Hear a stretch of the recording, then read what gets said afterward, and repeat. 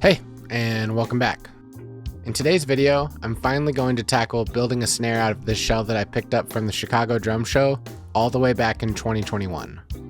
I can't remember exactly what I paid, but it was either $5 or $10 because it was part of a lot of shells that didn't make the cut to be sent from their manufacturer, Stone Drums, to one of the various custom drum builders he works with. It appears to be walnut, and it's 14 inches in diameter with about 5 to 6 inches of depth. It's got a rough sawn finish with some glue marks across the shell, but I just can't get over how mesmerizing the grain of walnut is. So after getting this drum upstairs, I began the process of sanding all the shell to first remove any of the glue splotches, but also smooth out the seam where the outer ply met.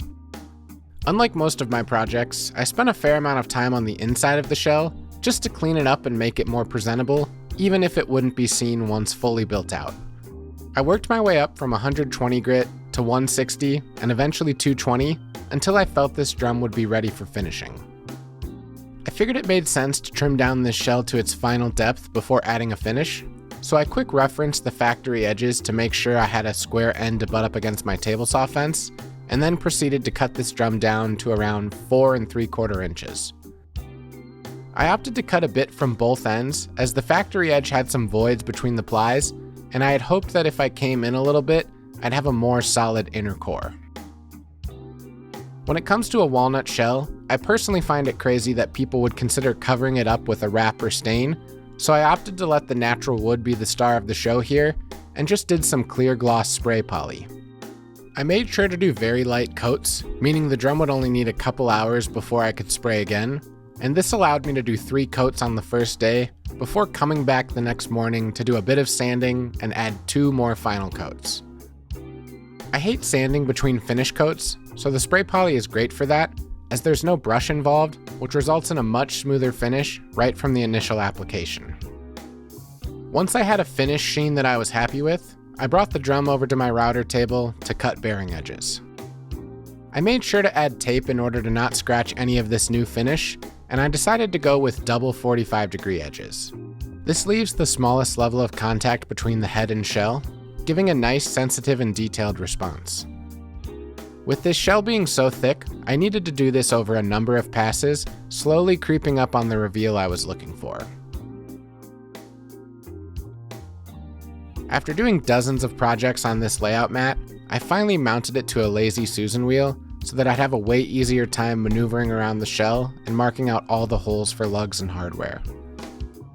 Again, I added tape to all the areas where I'd be marking to not disrupt this new finish on the shell, and for this drum, I needed 10 lugs as well as 2 more lines for the snare throw and butt plate. If it were up to me, I probably would have opted for 8 lugs as I like the symmetry of it, but the hoops I got for this drum only came in a 10-hole pattern. And speaking of the hardware, most all of it came from AliExpress.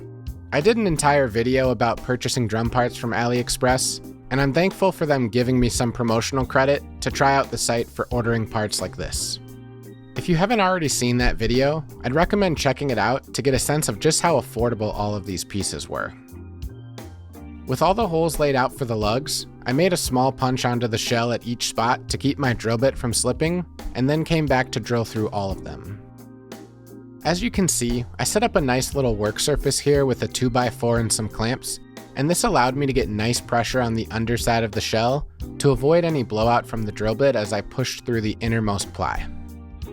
As I moved on to fastening all these lugs onto the shell, I realized the included screws were not going to be long enough. I don't really blame this on the supplier as the shell is so thick, but I quickly went upstairs to check the threading, and then ran over to my local hardware store to pick up some slightly longer screws before coming back home and getting all these lugs attached to the shell. Now I typically like to do this by hand, but in this case I'm using a very low power screwdriver that wouldn't be any risk for over tightening or stripping these lugs. Next, I could move on to the throw off and butt plate, and I did some dry fitting to see where I wanted them to sit on the shell. But then once I had my measurements, I came back again with the punch and drill to get those holes drilled out, along with a hole for the air vent grommet. I went ahead and got all of these attached to the shell, and luckily, this time I didn't need any longer screws. Before I could get the head seated on this drum and tune it up, I needed to cut some snare beds, and for this, I used a rasp and a sanding block. Out of all the tasks associated with making a snare drum, this is still the one that I feel least confident in. I'm still honing my craft on this sort of thing, but for now, I decided to go with a bed wide enough for 20 strand wires and something very shallow that could be adjusted later if need be. So with the first attempt at these snare beds now done, all that was left to do was throw on some heads and tune it up.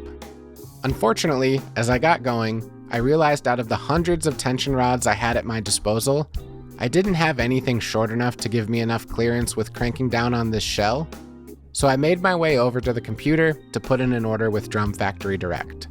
In all fairness to AliExpress, they do sell tension rods at a variety of different lengths, but I didn't feel like waiting weeks for those to arrive, and when it comes to selection, DFD is just simply the best. On top of that, I always find their prices to be the most competitive, and I can usually count on getting my parts in under a week. So while I waited for my order to arrive, I figured this was finally the time to tackle this project of organizing all these tension rods by length and confirming the thread pitch of each one at a time. After a little under a week of waiting, my tension rods finally showed up and I could bring them downstairs, unbox all of them, and pick out the ones that would work best for this drum and finally get it tuned up. In my opinion, there are a few things as satisfying as reheading and tuning a drum, but of course, actually getting to play it is where the real reward is, so let's hear how this drum turned out.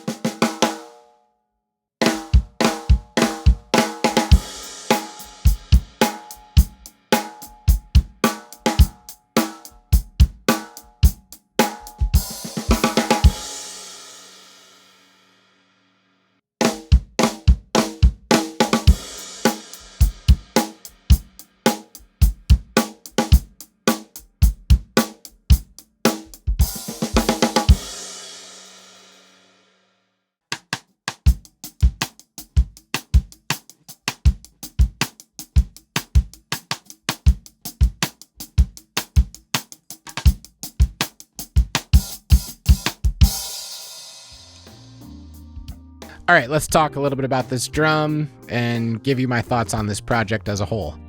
First things first, this drum to me looks stunning. I think the walnut finish turned out really good. I love the high gloss sheen of it. And I think all of this hardware really looks high end. Let's get to the sound though. In my opinion, it sounds fine in the higher tunings, but in the lower tuning, I really don't think it sounds very good. To me, it sounds like an entry-level beginner drum, which is a disappointment because it doesn't have the versatility and range of what I would have hoped. I think a lot of drums, from the cheapest that are out there, like $20 steel snares, have something they can do well. But a really high-end drum can do a lot of different things really well, and this just doesn't meet that threshold in my opinion.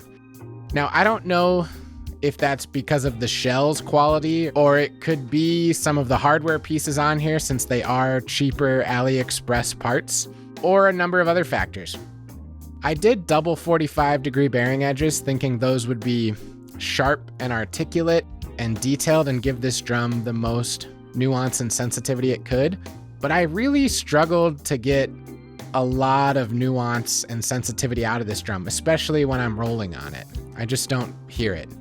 I'll be the first to admit this. I'm not a pro at doing snare beds, and I'm very much learning in the process. I've done it on one other drum, and on this one, I decided to do them very shallow with the hope that if it didn't turn out how I wanted, at least I can always cut more in there and make it more severe as I go. Maybe I need to take a lesson with someone who's a great drum builder and get some hands-on experience and trial and error with how they cut snare beds. And personally, as much as I like the shallow depth and the die-cast hoops, I'm just not a fan of 10-lug drums, and every time I went to tune this, I felt that I would make a slight adjustment, and it's just way more of an overall impact than I'm used to.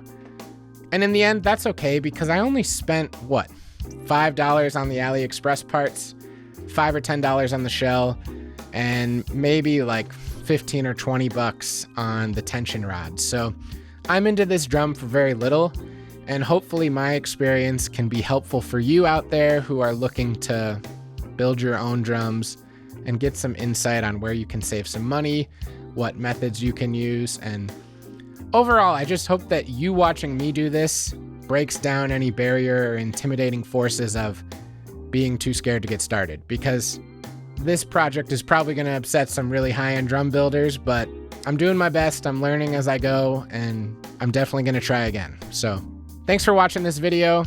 I hope you enjoyed it.